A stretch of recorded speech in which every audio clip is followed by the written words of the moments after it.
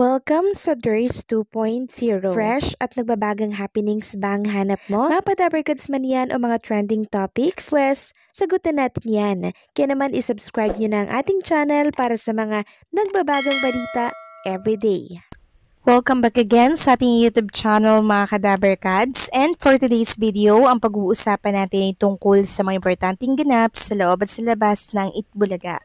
Pero bago yan, happy birthday kay Dabarkads host Paulo Ballesteros. At kanina nga po maaga pa lang bumati na ang TBJ na page kay Paulo Ballesteros. And speaking of Paulo Ballesteros, bago nga po siya pumasok sa Itbulaga, eto po at may pa-surprise itong kanyang mga kapatid at yung family niya bago po siya lumabas sa kanyang tahanan.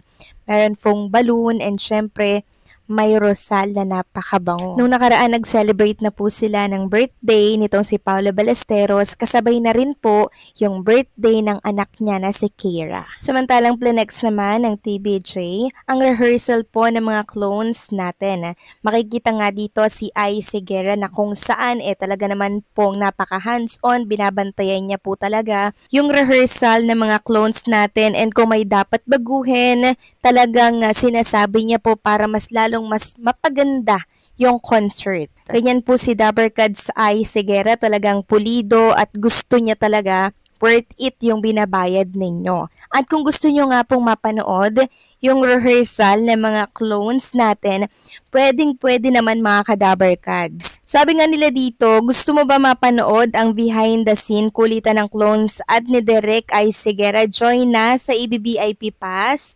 To join, follow this easy step. Go to YouTube channel ng Itbulaga TVJ.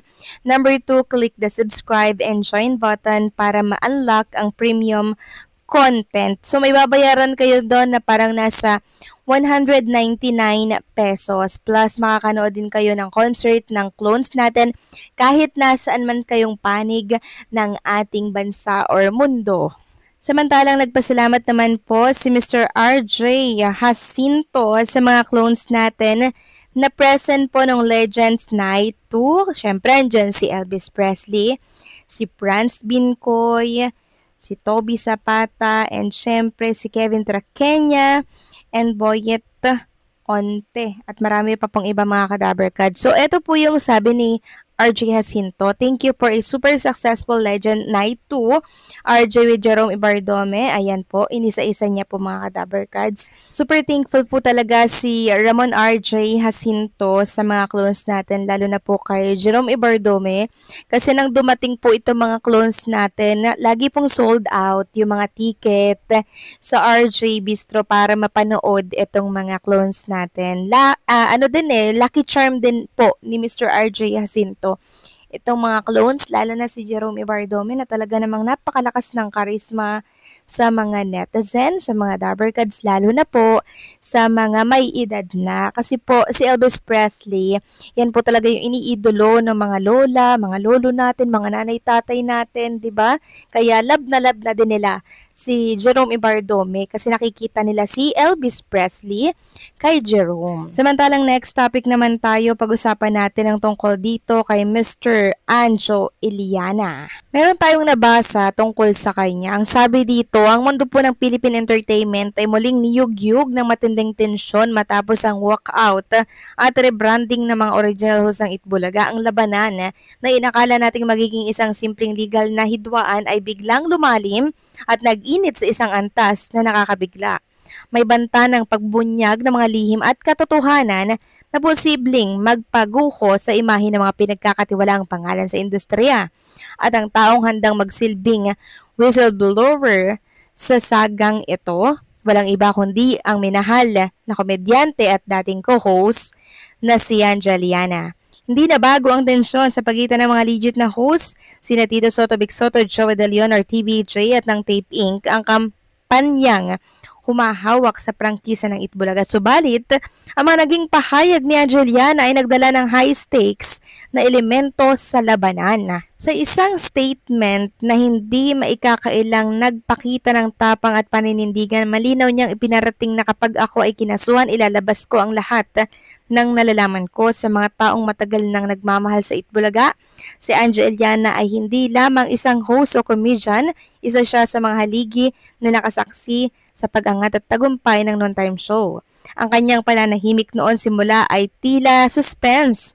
Ngunit nang tuluyan siyang pumili ng panig, ang panig ng TBJ ang kanyang founding fathers, mas naging matindi ang bigat ng kanyang mga salita. Ang banta ni Anjo Eliana ay hindi lamang simpleng backlash o emosyonal na reaksyon. Ito ay isang calculated na paghamon sa management na kumuha at ayon sa kanila ay nagkasala ng moral at ethical na paglabag.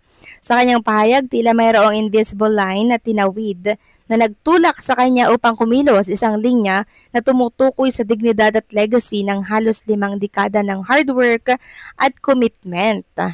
Ang konteksto ng kanyang bantay umiikot sa posibleng legal action na isampa laban sa kanya, posibleng dahil sa defamation o libel kaugnay ng kanyang mga naging pahayag na sumusuporta sa TBJ. Ang tugon ni Anjo ay simple direkta.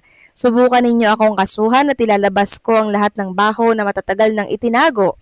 Ito ay hindi lamang isang depensa, isa itong banta ng preemptive strike na nagtataglay ng bigat ng isang nuclear option sa gitna ng isang legal na digmaan. So grabe lang mga kadaver cards, 'di ba? Nakita at napakinggan natin dito yung mga pwedeng ikaso dito kay Mr. Anjo Eliana, defamation, libel, and syempre marami pa pong dadagdag dyan dahil sa mga ginagawa niya po na pagbabanta. Meron nga po nagsasabi na pamba-blackmail ang sinasabi nitong si Anjo Eliana or pamba-blackmail yung ginagawa ni Anjo Eliana sa mga Dabber Cards natin. Sa ngayon, walang bagong pahayag si Mr. Anjo Eliana mga ka-Dabber Cards. Nananahimik siya, siguro nakikiramdam po siya sa mga kilos ng mga Dabber Cards natin, lalo na po ni Tito Soto. Kasi yan po talaga yung nirap niya ng sobra-sobra na paninira. At sa oras po na lumabas yung kaso mga ka-Dabber Cards, patong-patong ito and for sure, iyak, tawa si Anjo at pwede pa siyang magmakaawat lumuhod sa mga Dabber Cards lalo na po kay Tito Soto. Sabi nga po ng marami, dapat pinag-iisipan ni Anjo Eliana yung kanyang mga ginagawa. Kasi lahat ng kanyang ginagawa, meron niyang kabayaran. Kaya agad pong nanakot si Anjo Eliana mga ka-Dabber Cards na pag kinasuhan siya, wala siyang ititira na may asawa sa Itbulaga, lahat maghihiwalay. Yun yung pananakot niya mga ka-Dabber Cards. Hindi niya po alam kumikilos na ang TBJ management para po masampulan na itong si Anjo Eliana. So wait lang siya, no? Medyo busy pa ang management ng Itbulaga. Wait lang siya, magsaya muna siya habang wala pa siyang kaso ngayon. Pero sa oras na lumabas na po yung ikakasa sa kanya, iyak tawa siya dito mga ka-Dabber Cards. At saka niya lang marirealize na mali pala yung mga pinagagagawa niya. So paano mga ka-Dabber Cards? Hanggang dito na lamang po ang update natin. Maraming salamat sa patuloy na pagsuporta.